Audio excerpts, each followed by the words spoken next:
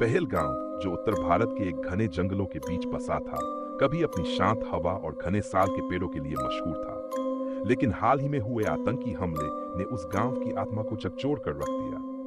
13 लोग मारे गए, कई घायल हुए और बचा सिर्फ एक अजीब सा सन्नाटा। लेकिन किसी को नहीं पता था कि यह सन्नाटा सिर्फ मानव निर्मित त्रासदी का नहीं था, ये कुछ और भी था। हमले के एक दिन बाद मीडिया वाले चले गए, पुलिस की पेट्रोलिंग कम होने लगी, लेकिन गांव के लोग अजीब घटनाओं का अनुभव करने लगे।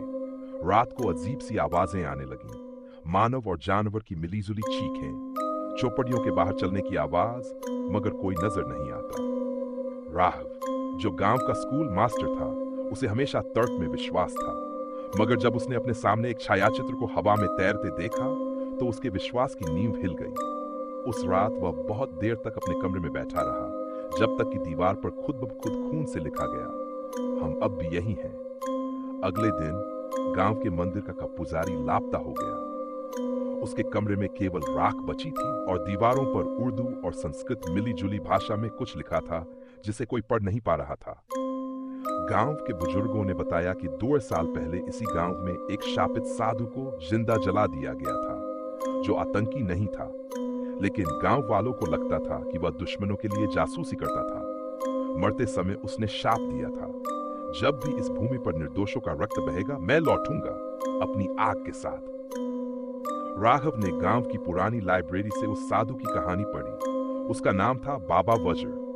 कहते हैं कि वो सिद्धि पा चुका था, हवा में उड़ सकता था और मृत आत्माओं से बात करता था। उसकी आत्मा को शांत करने का एक ही तरीका था, थे दीपक जलाकर पीपल के नीचे 7 रातों तक मृत संजीवनी पाठ करना, बिना एक दिन भी छोड़े। लेकिन समस्या ये थी कि बाबा वज्र का चबूतरा अब वही जगह बन चुकी थी जहां आतंकियों ने सबसे पहले हमला किया था। वो जगह वीरान नहीं थी, वहां कुछ था। राघव और गांव के 4 लोग हिम्मत करके पहले दिन वहां दीपक जलाने गए। पहले दिन कुछ नहीं हुआ। दूसरे दिन अचानक आसमान में अजीब सी बिजली चमकी और सभी दीपक खुद ब खुद बुझ गए। तीसरे दिन उनमें से एक, नाम था सुरेश, पागल हो गया। उसकी आंखें लाल और जीभ कट चुकी थी। वह सिर्फ एक ही वाक्य बोलता रहा, वो आग में नहीं मरा, वो आग बन गया। राघव ने हार नहीं मानी। उसने सीसीटीवी कैमरे लगाए, लेकिन चौथे दिन कैमरे खुद ब खुद पिघल गए, जैसे किसी ने उन्हें आग में फेंका हो। अब गांव में अफवाहें तेज हो गई कि बाबा वज्र वापस आ चुका है, और इस बार वो आतंकवादियों के नहीं, गांव वालों के पीछे है, क्योंकि उन्होंने उसे भुला दिया।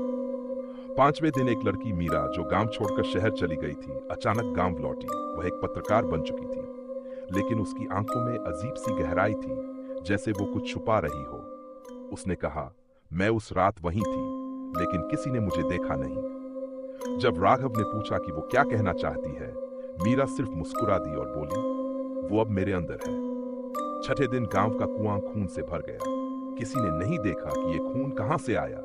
गांव के बच्चे बुखार में बड़बड़ाने लगे, आग आ रही है। 7वें दिन राघव ने आखिरी बार चबूतरे पर दीप जलाने की कोशिश की। इस बार उसने अकेले जाने की हिम्मत की। जैसे ही वह वहां पहुंचा, हवा थम गई, पूरा गांव अंधेरे में डूब गया। राघव ने मंत्रोच्चारण शुरू किया। तभी चबूतरे से आग की एक लहर उठी और हवा में एक आकृति बनी, बाबा वज्र की। बाबा की आंखें जल रही थीं। उसने राघव से कहा, तुम लोगों ने मुझे भुला दिया, अब मैं तुम्हें याद रहूंगा, हमेशा के लिए। राघव ने आंखें बंद कर ली और अंतिम मंत्र पढ़ा। एक जोर की बिजली गिरी, फिर सब शांत हो गया। सुबह गांव वाले वहां पहुंचे तो राघव वहां नहीं था, मगर चबूतरे पर थाने दीप जले हुए थे और हवा में एक खुशबू थी, चंदन और राख की।